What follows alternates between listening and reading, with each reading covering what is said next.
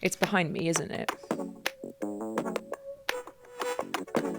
Hello guys, it's Talia. The monster taking up all the oxygen behind me is the Predator Z57. It is insane. I'm sorry, I'm going to try and get through this without swearing. But if there was ever a monitor more deserving of it, it would be this one. This beast of a screen was unveiled quite a while back at the IEM Championships in February last year, and now it's finally made its way onto the shelves. I'll leave the link in the description. I don't think you quite get a grasp of how big it is because my chair is in the way, but it's not a monitor for the faint of heart. Oh lord, she coming. You need to be prepared to maybe never leave your desk. Just go full iPad baby. It's big. Technically the biggest curved gaming monitor on the market. And do you know why? Although there is another at 57 inches, Predator's clocks in at a whopping 57.1.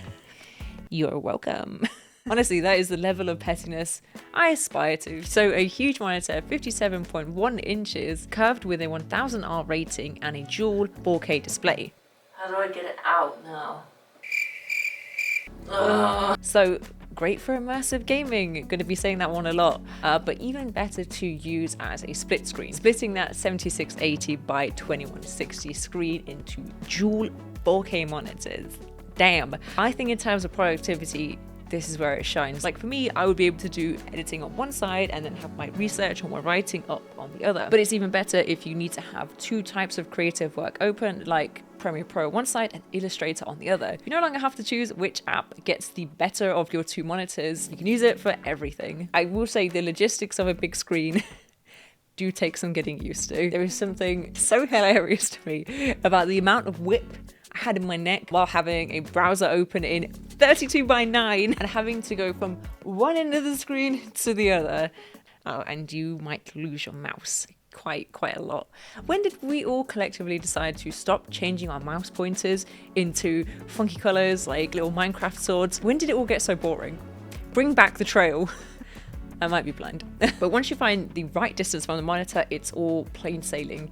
And it's further back than I'd usually sit with a screen, but that's probably good for my posture. And thankfully, the text and image clarity is super sharp. So overall, I think it's good for me. It's a mini LED display with 2304 local dimming zones for great contrast. These dimming zones help the dark areas of the screen stay dark. Also, by the way, due to the curvature of the screen, when I'm gaming, it looks fantastic in person. However, the camera lens likes to pick up various light reflections.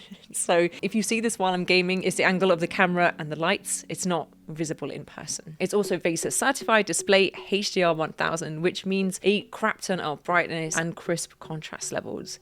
It's not OLED. I think I would have cried if it was, but it's really, really close. The brightness is a solid 1000 nits. I would stipulate even more, as it verges on being damn near painful when you get hit with a bright white screen. Whoa.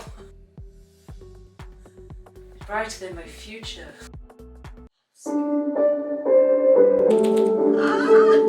It has a DCI P3 color coverage of 98%, which is very apparent when you're gaming. Those big, beautiful AAA titles will really sing on a screen like this. So if you're into those open worldy type of games with deep immersion, it's perfect because you won't be able to drag yourself away from it. The curvature really hugs your eyeballs.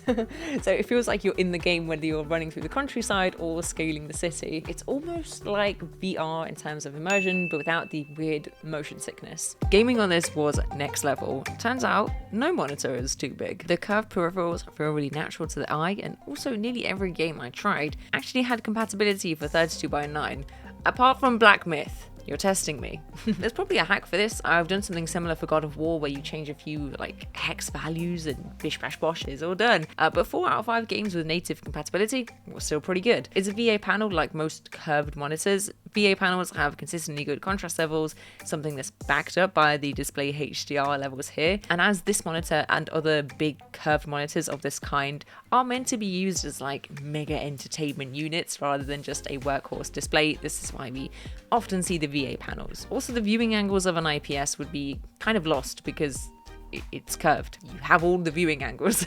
The main concern around VA panels is ghosting, which I only noticed in one very specific scenario, so I don't think it counts. In Cyberpunk, there's overlay on the screen, and at the very edges of it, they have their own kind of shadows, which I guess the monitor just amplified. This like kind of shadow effect wasn't there in any other game. It wasn't there on the wallpaper of the screen. It wasn't there while I was using the internet browser or while keeping any text at the edges of the display. So no actual issue, but just a little quirk if you see it when I'm gaming. The refresh rate is 120 Hz, which pairs really nicely with the double 4K resolution, and I do think it's plenty as you're playing mostly, AAA titles, games with immersion. Okay, I'll stop now. The Z57's colors look so vivid on the screen.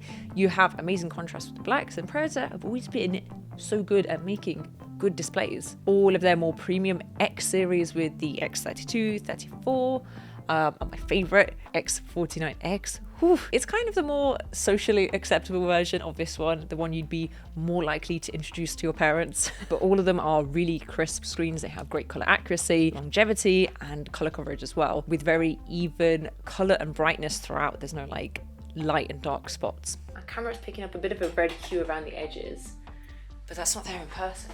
In person, it's just like a darker yellow. Bottom is really solid. So I just wanted to show.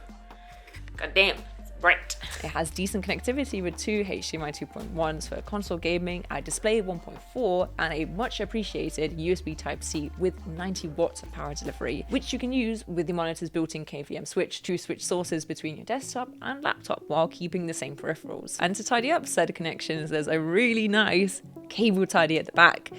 One of my favorite things about it.